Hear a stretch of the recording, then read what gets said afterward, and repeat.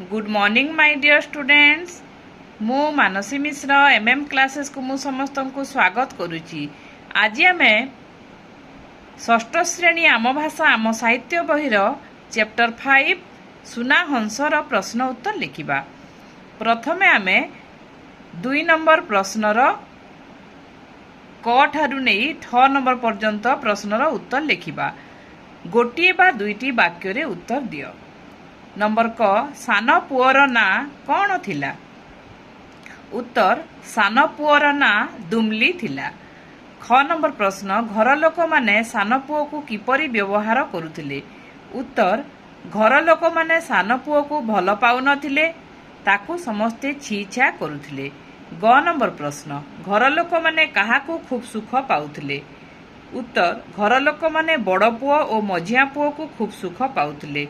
घ नंबर प्रश्न बड़ पुओ काठ हाणिबाकू जिबा बेले सांगरे कौन नहीं बण को जाइथिला? उत्तर बड़ पुओ काठ हाणिबाकू जिबा बेले सांगरे ता माँ हाथ तियारी पिठा और खीरी नहीं बण को जाइथिला। ओ नंबर प्रश्न बणरे पहुंचीबा मात्रे बड़ पुओर काहा सहित साक्षात होइथिला? उत्तर बणरे पहुंचीबा मात्रे बड़ पुओर एक बांगर बुढ़ा लोक सहित साक्षात होइथिला। च नंबर प्रश्न बुढ़ा लोकटी बड़ पुओ को कौन कहिथिला?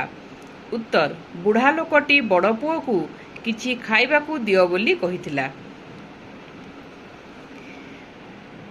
6 नंबर प्रश्न बुढ़ा को थट्टा करी बड़ पुओ कौन कहिथिला? उत्तर बुढ़ा को थट्टा करी बड़ पुओ कहिथिला बा मो खाइबा चीजरू तुमको देदेबी आउ मु खाइबी कौन? ज नंबर प्रश्न काठ हाणिबा बेले बड़ पुओर कौन होइथिला? उत्तर काठ हाणिबा बेले कुराढ़ीटी हाथरू खसी जाई बड़ पुओर देहरे बाजिबारु तार हाथ गोड़ खंडिया खाबरा होइथिला।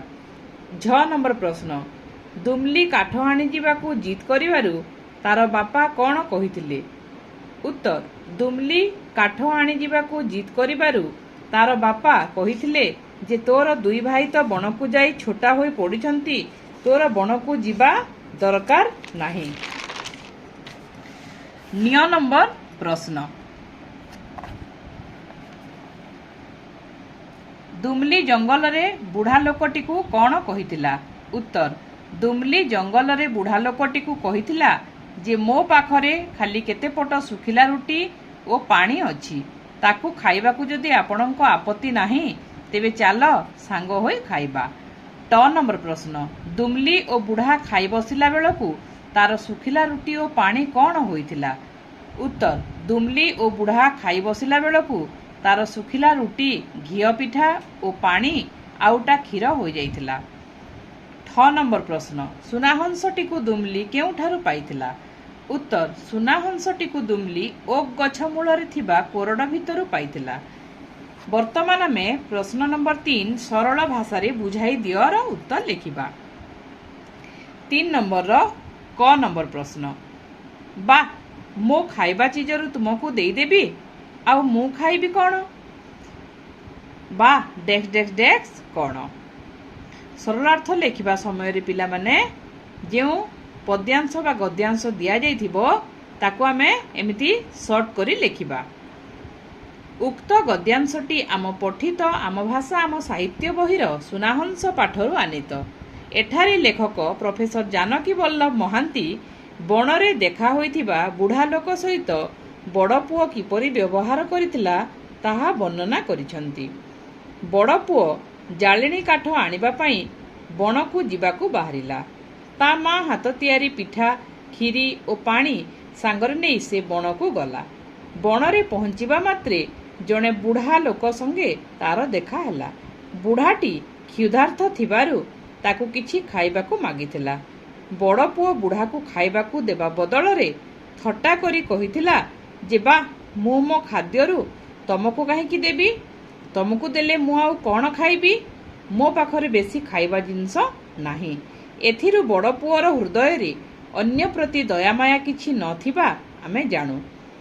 वास्तव रे लेखकंक रचनाटी शिक्षणीय अटे। वर्तमान आमे ख नंबर ସରଳାର୍ଥ ଲେଖିବା। ख नंबर ସରଳାର୍ଥ ହଉ ଯା ଆପେ ଭୁଲ କରି ପରେ ଚେତିବୁ ଯେ। ହଉ ଯା ଡେକ୍ସ ଡେକ୍ସ ଡେକ୍ସ ଡେକ୍ସ ଚେତିବୁ ଯେ। ଉକ୍ତ ଗଦ୍ୟାଂଶଟି ଆମ ପଠିତ ଆମ ଭାଷା ଆମ ସାହିତ୍ୟ ବହିର ସୁନାହଂସ ପାଠରୁ ଆନିତ। ଏଠାରେ ଲେଖକ ପ୍ରଫେସର ଜାନକୀ ବଲ୍ଲଭ ମହାନ୍ତି ସାନ ପୁଅ ବଣକୁ ଯିବା ପାଇଁ ବାହାରିବା ବେଳେ ବାପା କ'ଣ କହିଥିଲେ ତାହା ବର୍ଣ୍ଣନା କରିଛନ୍ତି। ବଡ଼ ପୁଅ ଓ ମଝିଆ ପୁଅ ଦୁହେଁ ବଣକୁ ଯାଇ ଖଣ୍ଡିଆ ଖାବରା ହୋଇ ଘରେ ପଡ଼ି ରହିବା ପରେ ସାନ ପୁଅ ଦୁମ୍ଲି ବଣକୁ ଯିବାକୁ ବାହାରିଲା। ଦୁମ୍ଲିର ବାପା ତାକୁ ବଣକୁ ଯିବାକୁ ବାରଣ କରୁଥିଲେ, କାରଣ ଦୁମ୍ଲିକୁ କାଠ କାଟିବା କାମ ଜଣା ନଥିଲା। ମାତ୍ର ଦୁମ୍ଲି ଜିଦ୍ କରି ବଣକୁ ଯିବାକୁ ବାହାରିଥିବାରୁ ତା ବାପା ତା ଉପରେ ବିରକ୍ତ ହୋଇ ଯା ଆପେ ଭୁଲ କଲେ ପରେ ଚେତିବୁ ଯେ ବୋଲି କହିଥିଲେ।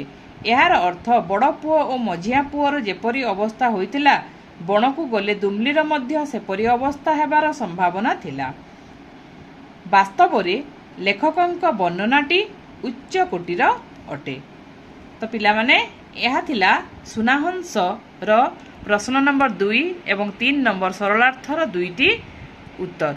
ଆଉ ଗୋଟିଏ ସରଳାର୍ଥ ଏବଂ ବ୍ୟାକରଣ ବିଭାଗର ଉତ୍ତର ଆମେ ଆଉ ଗୋଟିଏ କ୍ଲାସରେ ଲେଖିବା। ଆଜି ପାଇଁ ଏତିକି।